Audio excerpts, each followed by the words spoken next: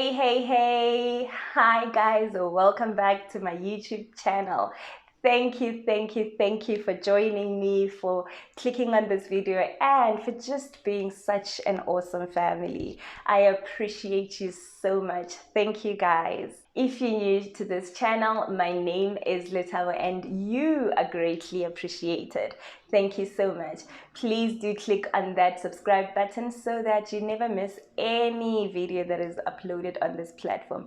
And also you get to become part of our young family. Thank you.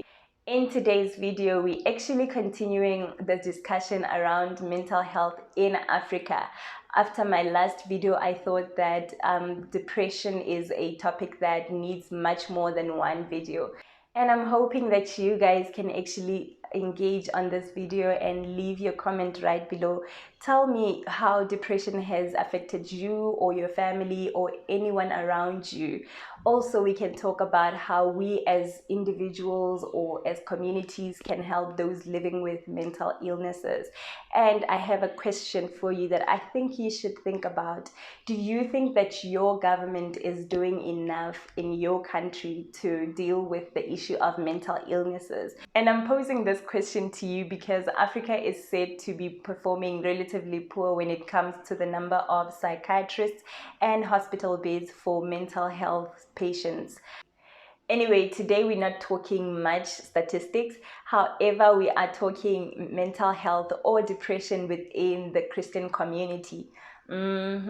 If you remember in my last video, I did mention that growing up, I was kind of shielded from these types of conversations. And I don't think that it was only because I grew up in the village. I also think that it is because I grew up in church. Being a Christian, I think that a conversation on depression is very difficult to have because we have a tendency of, and I know you will agree with me, we have a tendency of throwing the name of Jesus everywhere. Sometimes even when we do not understand the situation. Someone is sick and what do we say? You are healed in the name of Jesus. Someone is depressed. No, you're not depressed in the name of Jesus. Someone is broke. You are not broke in the name of Jesus. You are rich in the name of Jesus. And of course, as a Christian, I totally understand the power of the tongue and the importance of speaking positively into our lives. However, hear me out. Do you guys not think that sometimes we are being dismissive towards people's feelings, trials, or even their illnesses? And don't get me wrong, I'm a Christian and I'm very unapologetic about who I am, my love for Christ, and my relationship with Him. However, what I want is to bring to your attention the fact that the issue of depression is still very stigmatized, even within the church. I mean, there's still people in churches who believe that if someone is battling depression, then they don't have faith or that their faith is weak.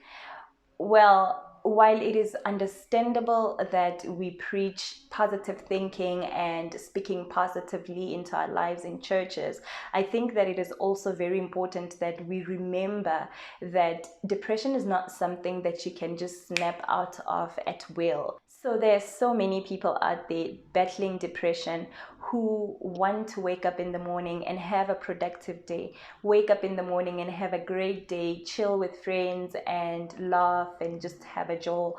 But there's this pain inside of them and this darkness inside of them that just wants to keep them down. So I have to agree with the Ugandan writer Mildred Apenyo that what the definition of depression does not tell us is the fact that people battling this epidemic would also love to be okay. They don't want to be sad all the time, uninterested in activities that they very much love, or even be unproductive. They would also love to be okay. That when we tell them to get up and cheer up and, affirm yourself, be positive, that they would also really love to be okay enough to do all those things. So my question is, as Christians, and please be very honest, as Christians, have we been gracious in dealing with people living or battling mental illnesses in our churches?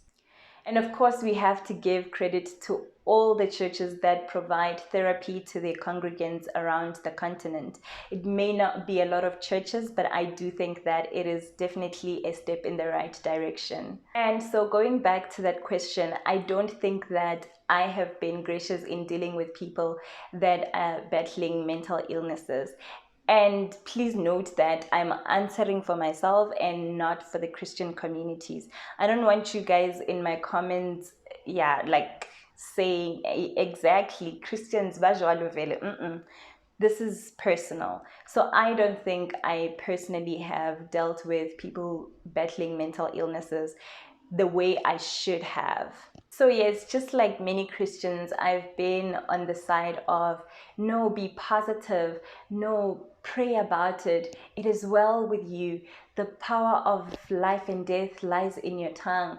Be anxious about nothing and pray about everything. So many times, not even considering the fact that this person cannot pray at this particular time because of what they're going through. And in the same light, I have been the one to raise my hands in church while I asked God, please take my life because I am too tired. I am too burdened. I can't do this anymore. I've been the one to sleep crying, and just asking God, where are you? I can't feel you. I can't see you. I can't see your works. Meanwhile, the Bible still tells me that He will not forsake me or leave me, So I have been the one to also just have conversations with God to say, you know what? I am tired. I can't do this anymore. You seem to be working in everyone else's life, but not mine. Sometimes not wanting to read the Bible, sometimes not even wanting to pray, or having a conversation with God just seemed too much, And if we have to be honest, I know that there are so many other Christians that have gone through what I have been through, So many of them crying themselves to sleep and also just asking God to lift this burden off their shoulders. But obviously, because depression is still very much a taboo conversation, not just in our societies, but also in our churches, people don't talk openly about those things. So if your answer is just like mine, then you know that this conversation needs to be extended to the church. We need to ask ourselves the right questions as Christians. Have we taught our congregation about mental illnesses? And if yes, what do we teach them? Have we sought the right help for our congregation living or battling mental illnesses? And also, have we been transparent about how we feel? And I think lastly, the question is, have we portrayed Christianity to mean that we are immune to mental illnesses or to depression? Of course, I'm not saying that answering these questions is going to resolve the issue of mental health in our continent. However, I think that it is a step in the right direction, and that if we start talking about these issues, we might just find solutions to deal with them. And finally, guys, I want to ask you to check up on people around you. Check up on your friends, your family, check up on your colleagues, and everyone around you, guys. You may not know what someone is going through. People are going through a lot that we don't know about, and only when we check up on them, we may be able to save them from committing suicide or anything like that. So please, please, please check up on them.